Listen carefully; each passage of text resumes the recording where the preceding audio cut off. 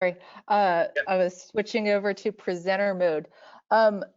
That's a great question. So, what part of the discussion for these weekly meetings for the subgroup is where are we seeing the most impact for targeting these observations? I think that right now in the current plans, and I'll go into a little bit for my presentation, we're really trying to focus on the loop current system, as Bill mentioned in his presentation. But talking with for others in terms of missing observations, if you will, some of the areas that we haven't really targeted as much in the Gulf of Mexico would be along the shelf and the shelf break. So that's definitely something in the build out. The other thing would be across EEZs right now. The features don't care which areas they're in for circulation. But in terms of glider operation, that's been a little bit of a concern in where you operate. So in the long term, having international partners or being able to operate across EEZs and have that would be something that would be really good for the long-term future of this. Thanks.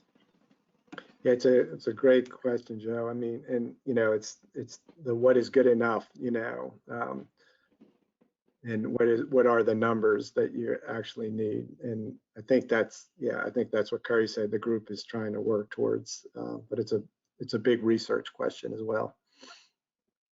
And it's in totality of, you know, with the Alamo floats and more other observation systems as well. So.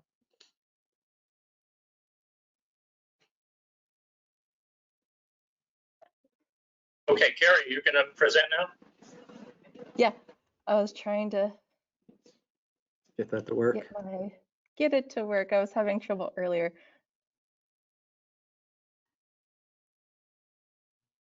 Okay, can everyone see my full slide deck? Yes. Yep. Yes. Wonderful. Okay. Well, I'm very happy to continue the discussion for what's happening specifically in the Gulf of Mexico for the Hurricane Glider program. It's been said multiple times already, but I will say it again. There are so many people and groups involved in this program. Bill and Carl have already mentioned that. I've listed some of the regional collaborators specifically for the Gulf of Mexico and specifically for the Hurricane Glider program listed on the title slide. So the Gulf has seen its share of hurricanes, especially over the last couple of decades. Living and working in this area, I think we all have either been personally affected by these extreme events or know people that have been affected or just communities along the Gulf of Mexico that have been affected by these storms. So one of the things that's unique about the Gulf of Mexico is not only is there substantial coastal infrastructure, but there's also a lot of offshore infrastructure as well.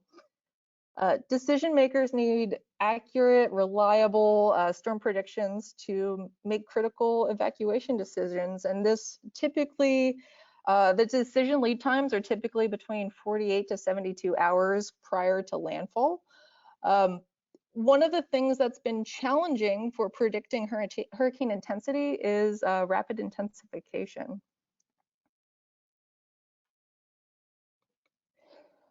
So needing to prepare ahead of a storm extends not only to coastal communities, but also to the oil and gas industry.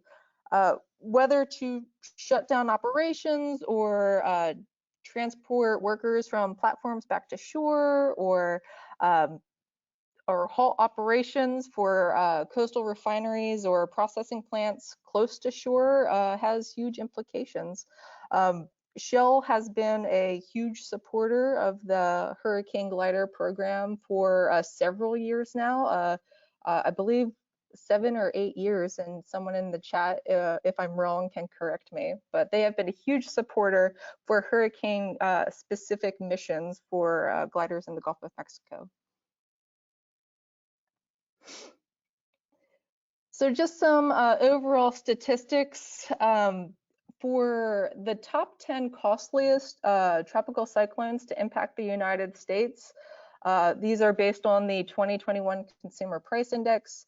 Of the top 10, 8 of the top 10 have traversed a Gulf state. So there are huge monetary and damage implications for understanding storms in the Gulf of Mexico. So of these top 10, it's really important to note as well that most, but not all, are considered major hurricanes where it's a category 3 or higher. Again, a few more statistics. Of the 52 tropical cyclones impacting the United States that resulted in at least $1 billion in damage at the time that they occurred, 35 of those have made landfall in the Gulf of Mexico. And I have some histograms up to show the intensity distribution over the course of this time frame, and then to see the kind of decadal implications starting in the 1960s to up to last year. This is the Gulf of Mexico is greatly impacted by these storms, and understanding the trajectory and the intensification is really important for reliable decision making. So we already kind of talked about the overall importance of the Hurricane Glider program, specifically in the Gulf of Mexico. The Gulf of Mexico communities are at risk every year. We're in a semi-enclosed basin. Most storms that are entering the Gulf of Mexico basin are going to make landfall.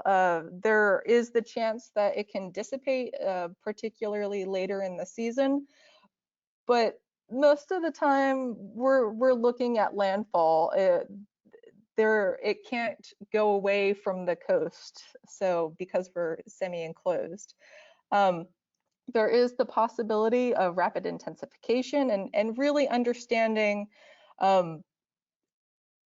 really providing a reliable forecast is what's necessary to inform decision makers, not just for coastal communities, but for industry and government as well. So the Hurricane Glider program in particular, there are many factors that can contribute to the formation and intensification of a hurricane. The one that we're particularly focused on for the Hurricane Glider program is the subsurface ocean temperature and salinity. So for the Hurricane Gliders, we want to provide this data in near real time for data assimilation into prediction models.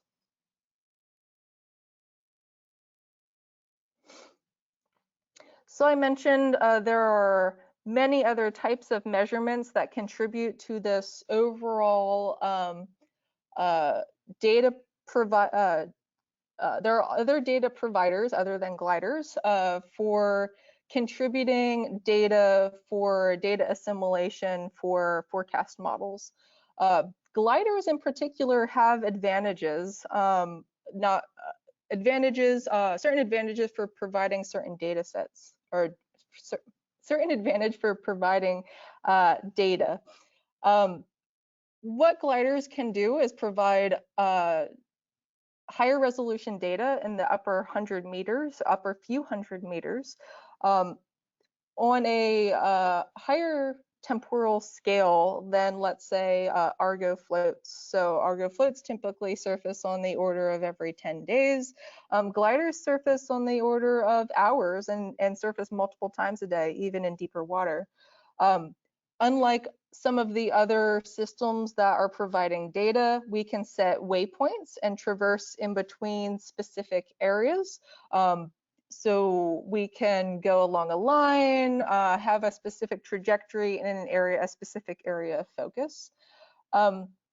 It's really important to note that for the gliders in particular, we're not chasing storms. It's great if we get data over a storm, if we're collecting data underneath the storm, but really we're focusing on collecting data within ocean features ahead of the storm, so we can try to get in situ data ahead of these storms to get the ocean right. So we want to provide data for what's happening ahead of the storm so we can get that information to be assimilated into the models. So the terminology that's been talked about a lot are the essential ocean features. And for the Gulf of Mexico, I've mentioned before, we're really focused on the loop current system. So that would be the loop current itself, the resulting loop current eddies, the mesoscale eddy interaction, and also the interaction with the Mississippi River plume as part of this dynamic situation. And one of the questions earlier was, what other measurements would we really target in a build out? And something that I really think needs more focus is the continental shelf area, because we have a large, warm continental shelf, especially in the summertime.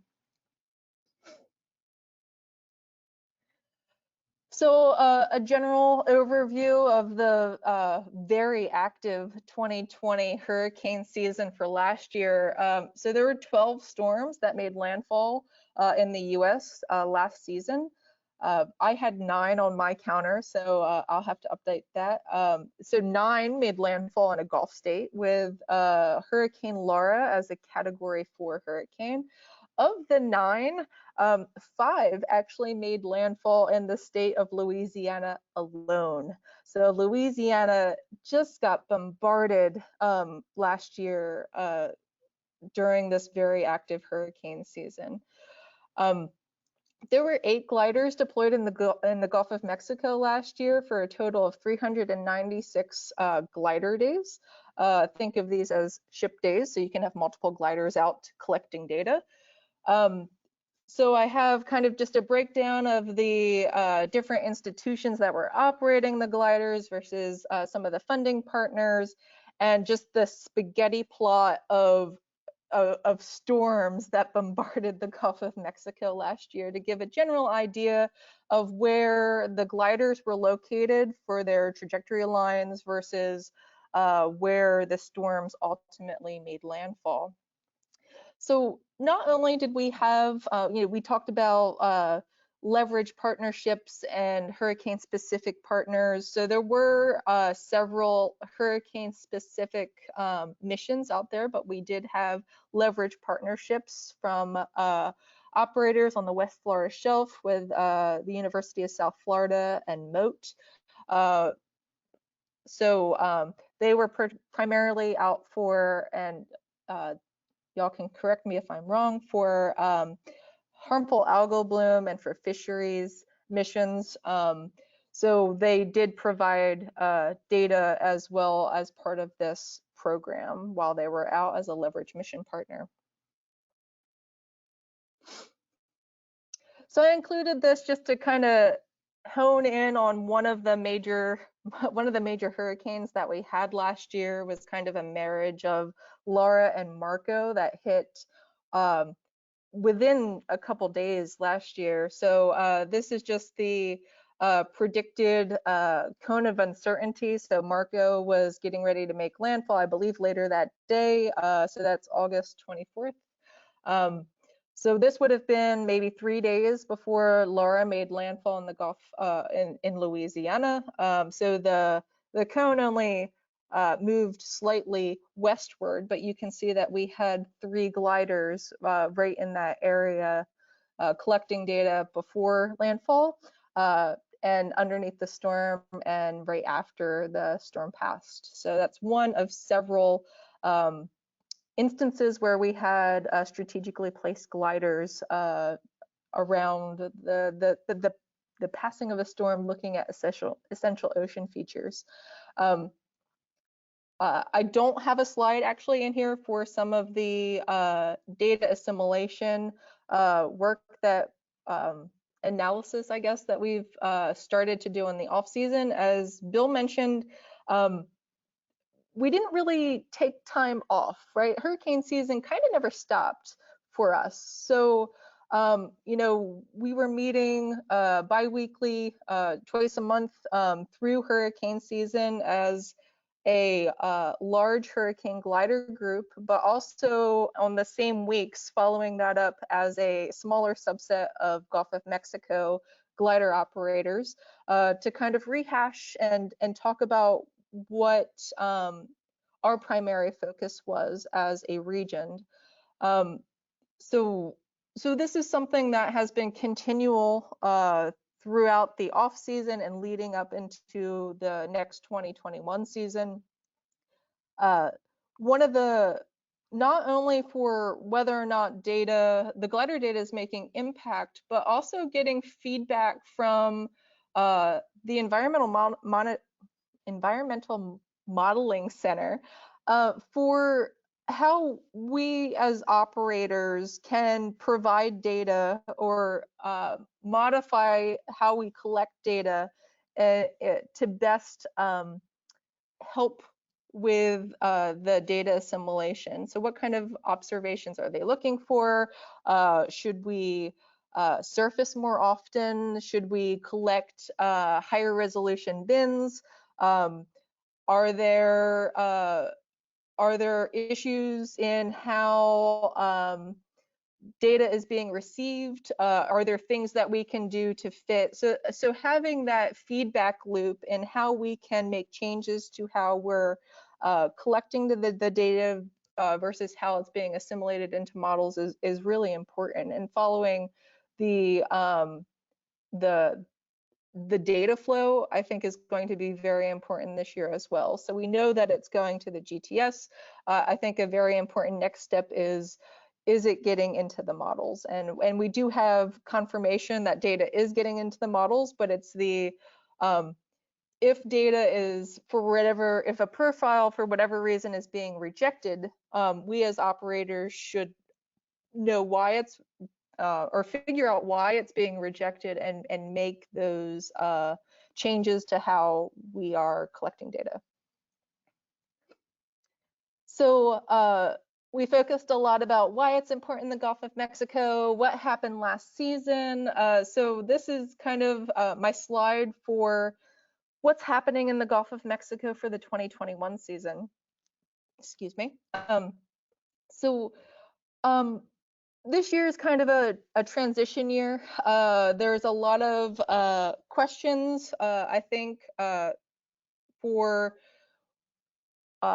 funding in particular for, so there's room, I guess, for rearranging some of this depending on what funding comes in. We had talked about the OMAO proposal that went in, so there's room for adjusting either earlier or later in the season, adding another track. But in general, I would say this is the plan, the current plan for the 2021 season. I have it broken up into, again, funding partners versus operational data partners. So what's important to note is that right now we're really focusing around peak hurricane season. So for the Gulf, that's in the August to September, October timeframe, where we typically see these. We typically see more storms and more major hurricanes. So, or the chance of more major hurricanes. You know, we talked about a little bit before this, you know, an optimal build out. So what would an optimal build out be?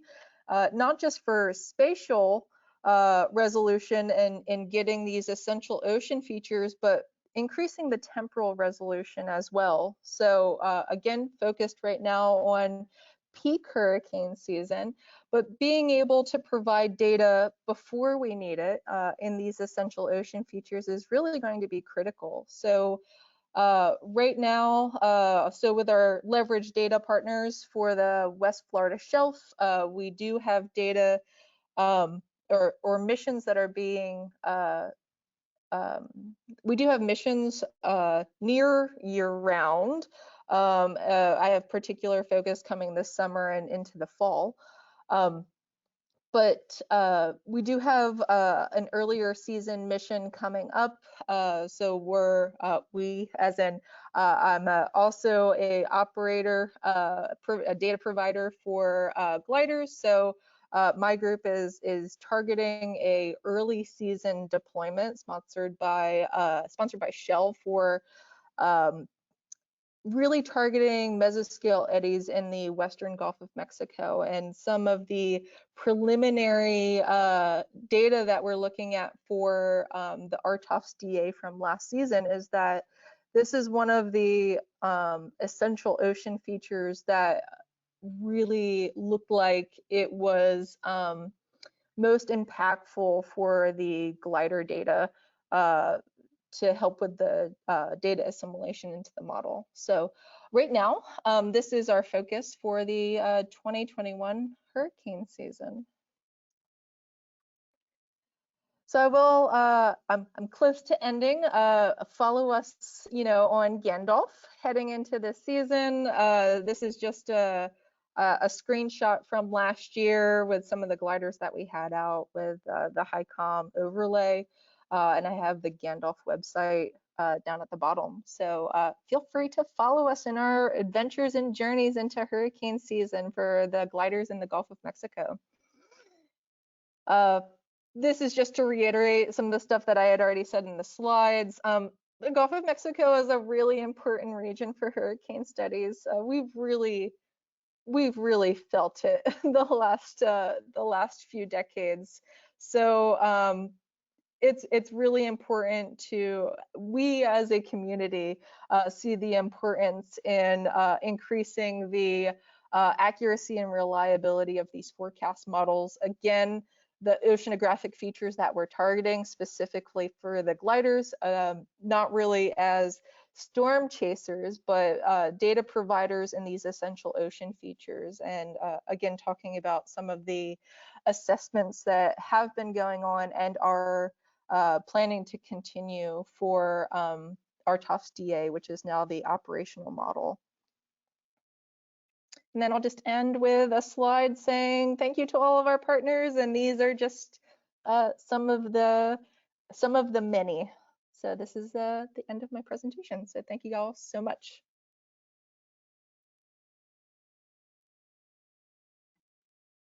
Well, thank you, Kerri, and thank you, Bill. Really a good update and a good look forward to what's going to be looked at in 2021. I personally am interested in the attention you're paying to the Western Gulf of Mexico. I guess that's an RTOF's kind of a nudge or an area that they suspect might be having more influence than we've been aware of or sampling. Can you comment on that? Sure. So right now, and what we're looking, or what we've kind of focused on more recently, is in terms of model convergence, the loop current and the Gulf Stream tend to have really good model convergence. The mesoscale eddies for our area in the Western Gulf of Mexico is where we've seen the greatest disparity between the models and the gliders in the upper few hundred meters of the water column. So right now, that is one of the areas that we're kind of focusing leading into the hurricane season. There are some questions for multiple observations. So if it's a satellite versus if a satellite and a glider are taking observations in the same area? How are the data being assimilated, and does that factor into how the data is being assimilated? So it's not that other areas aren't of interest or aren't a target. Just in some of the analysis, particularly for Hurricane Laura, in the Western Gulf of Mexico, where we had those 3 gliders, it did look like in the mesoscale eddies, this was an area of concern. Very interesting. Thank you. Other questions, comments? Steve? Yeah. Hey, Kerri, Bill, I assume in the glider group, you've got some no representation. I'm trying to think of, as you talk so much about like the implications of what the data coming off the gliders with hurricane forecasting and all that. I assume somebody with NOAA is working on that, and have they been ingesting that data real time and utilizing it for, you know, future forecast models and such? Yes, so I briefly mentioned at the beginning, so we have the biweekly overall hurricane glider meetings. We're very glider. I've been in a lot of glider meetings over the last several months for different groups and subgroups. One of them is kind of a smaller subgroup of the hurricane glider group, where there are regional representatives, and we've kind of talked about what are these features in our area that we know to have implications for hurricane intensification. How did RTOF's DA, the beta version this past year, what did that look like? Was data being assimilated into it? Now, we do know that there have been changes in RTOF's DA for how data has been assimilated throughout last season and into this coming season. So even what we knew before, there are some changes with that. So when I say that we've met and we've discussed, we have met several times with Jim Cummings from EMC, Zulema, and I can't remember her last name. So there are several people from NOAA, from the modeling aspect, that we are meeting with, as well as the other regional associations and collaborators. Can I just expand on that a little bit? So I'm more familiar with the RTOF's DA and some of the other DA methods, and one of the issues with that DA is that no matter how many glider observations you're collecting, it's basically using what they call a 3D bar type of DA, and that doesn't have a time element to it. So you can basically assimilate one observation of one grid cell per day with a 24-hour DA window. And so you may be collecting hundreds, if not thousands of profiles, but you may be using only 10 to 15 to 20% of those. And related to that, by the way, somebody who lived through all these hurricanes last year in Louisiana, in general, the European models tend to do better than the US models. But they're both assimilating the same glider observations. So the two major differences is the implementation of the data assimilation and the accuracy of the atmospheric forecast on top of the ocean. And those have, you know, and that doesn't say gliders aren't important. They are. They're very important because both of these, all the models are assimilating these real-time gliders. But the European models are consistently outperforming the US models. And so it can't be due to the gliders because they're both assimilating them. It's how they're assimilating them. And it's also the atmospheric forcing on top of it.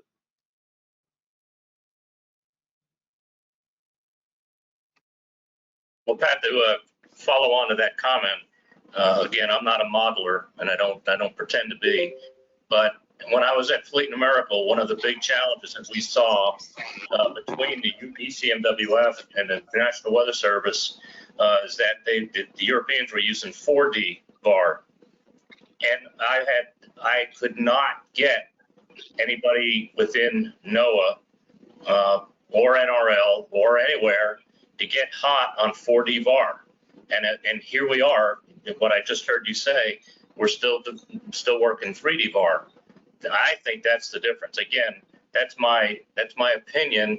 I'm not a PhD modeler, but you're right. I mean, everybody's leaning toward the European forecasts because they're tending to be more accurate. And the 4D VAR is just about 10 times more expensive on average than a 3D VAR. And, you know, that's the main problem with people using it. The Europeans are using hybrid techniques where they recenter around the 4D VAR. I mean, you know, I don't want to go into all the technical details, but you're right. The problem, you know, a problem to consider is that we're collecting lots of glider observations, but we're just not assimilating that many of them into the models that are using like a 3D VAR type approach. Pat, when you say it's more, I guess, more expensive or whatever, you're talking computational time or Yeah, that's right. cycles in the computer, so to speak. Yeah, okay. So that it would take so long to run, it wouldn't be relevant by the time it came out, so to speak. Yeah. Well, you know, if you've got 30,000 cores you can throw at it, then you can. There are Right. games to play there, but yeah, it's about 10 times more expensive depending on the length of the window and all these other factors that go into it. But you know, that's a rule of thumb. It's a lot more expensive. Mm-hmm.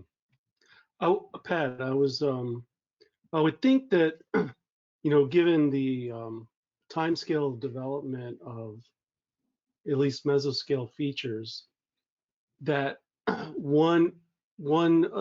assimilating one profile a day, if you were doing that for a long period of time to keep the ocean model closer to have those mesoscale features in the right place, that would be sufficient, and the 4D VAR would be more important for getting details of the ocean response right, but not as much affecting the intensity of the hurricane forecast as much. Does that make sense or not? I think so. I mean, well, you know, if you're at a mesoscale feature, yes, I think that's probably true. And when I say mesoscale, I'm talking about the loop current eddy or something that's on the order of 100 kilometers in diameter. But when you get off of those features, or the edge of the loop current eddy is near the coast, and you're off by 10 kilometers, then you can have real accuracy problems.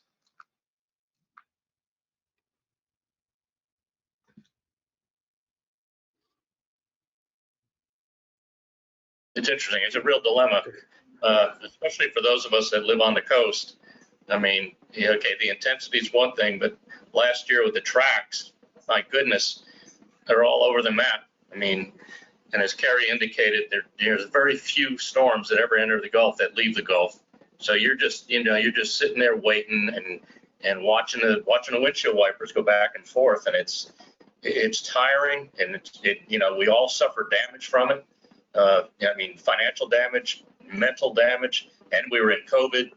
It was, and those folks over in Lake Charles, and I mean, it's just one after another. Now, you know, you could, and you're not going to change nature, but it would be a little bit more comforting if you had more confidence in what you were, you know, being presented with. You know, here's what's going to happen.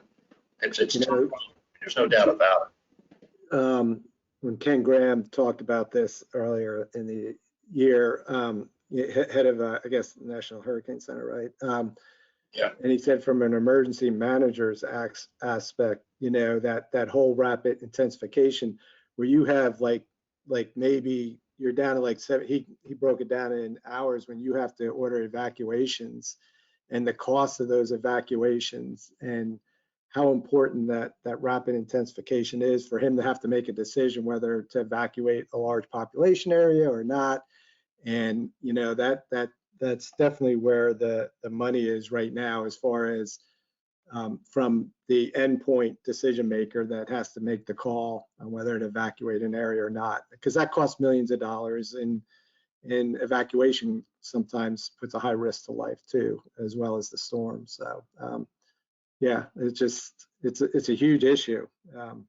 And what's kind of bizarre about it, I think, is we've got how, basically east-west interstates down here. I mean, we've got one that goes north, but so if you go north or east, hurricane you're going to get it. Someone's going to get it, right? Yeah. Other comments? I think the other thing you have to be concerned about is the veracity of the model itself. And there's a lot of models out there and a lot of different parameterizations out there. Yeah. I mean, that's why people look at the hurricane boundary layers. They look at the upper ocean. They look at, micro physical parameterizations. You can't assume that all of these things are absolutely correct. So you have to be careful when you're making a rapid intensity forecast. And it represents one of the biggest challenges of the National Hurricane Center. I couldn't agree more. In fact, you have to assume that they're not correct. And getting the convection in the atmosphere, accurate is very important too, not just the convection in the ocean. Even though the scales are so much different. But yeah, I agree with you, Nick, 100%. Yeah, that was his challenge. Yeah. Very, very nice presentations by both of you. It's very cool work. I really like it, and I hope you can sustain the effort with with all the groups and getting another 50 gliders this year. And there's no question they help. So that's the thing. It's year-to-year funding right now, and it really, the hurricanes aren't going away, and this really needs to become a long-term program of record. But the more validation of how many gliders you need and the impact of that is going to be key to building a long-term program of record, no doubt. And it's across not just gliders, but Alamo, Argo, buoys, everything. So, but at some point, it can't be a year-to-year, like right now, even that's the case. So.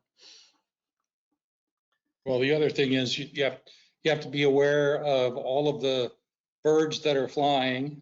Yeah, altimeters. C-130s, the NOAA P3s and the G4s and that kind of stuff. They also give you a pretty good idea of what the atmosphere is doing in near real time. And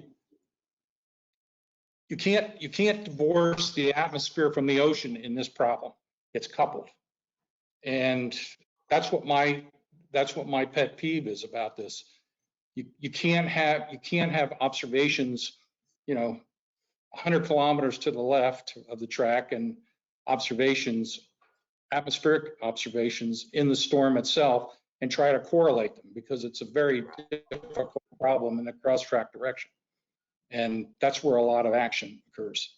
So the more we can juxtaposition gliders, floats, expendables, and that kind of thing with aircraft-based measurements that have a proven track record, like the SFMRs, that's wind speed at the sea surface, as well as GPS sondes, as well as their Doppler radars, the better off we're going to be.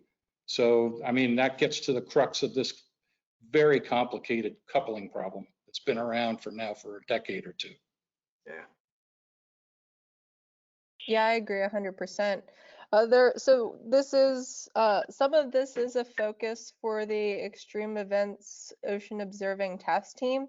So there are efforts to try to do more coordinated ops. So this is something that is being actively worked on. Well, there's a program coming up this summer where we're trying to coordinate with HRD as well as the Air Force to try to get more observations out in both fluids simultaneously.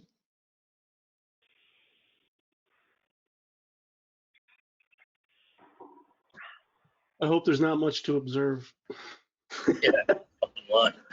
Be nice to have a small data set for 1 year. All right, any other questions? really a lot to think about here. I mean, there's so much going on in the environment in these storms, and I think what Nick is saying is really true. It's not the glider problem. It's not the Argo problem. It's not the sun problem. It's the whole problem. And if the better you can saturate an area with these sensors, I think the better chance you're going to have at getting a better solution, be it intensity, be it track, be it whatever. It's a challenge. I think definitely better communications with the modeling side, where the largest uncertainties are, is a critical piece too of the communications to help drive where to put some of these. Absolutely. Okay, any other questions or comments? Carl. I was going to make one, if that's all right. So I've been tracking this whole conversation. My advice is put your patient pants on. Keep doing the really hard work that we're doing. Keep trying to document the ocean features. Keep publishing the papers that do so, and pay attention to Nick. And because we don't have enough sampling yet, and we need more, and we continue to need to prove it. And then the wiring of the modeling and the data assimilation needs to be continually worked, and it's the most complex programmatic set of organizational pieces that I've got. Well, there's so many different complex pieces than I use, but you know the domains of who's in charge of what with the Hurricane Center versus when you get to extratropical storms, it's a different part of the Weather Service and all that. So it's complex, but we're making good headway, at least showing that trying to understand these ocean features, we all know it would make a difference. And so documenting it and keep working at it is my advice. And I get it that the year-to-year funding is not a helpful way to go. And I'm working on that as best I can. Yep.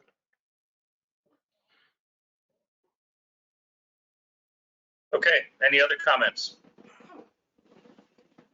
No, Kerri and Bill, well done, great briefing. That's, when I proposed we have this kind of discussion and presentation, this is really what I had in mind, just to give us all a better idea of, where we are, where we're going, and the state of the world of gliders. And I think you really captured it very, very well, and in an understandable manner. I mean, it was very easy to understand, what you were talking at, and it was, I appreciate it. So well done, and I thank you.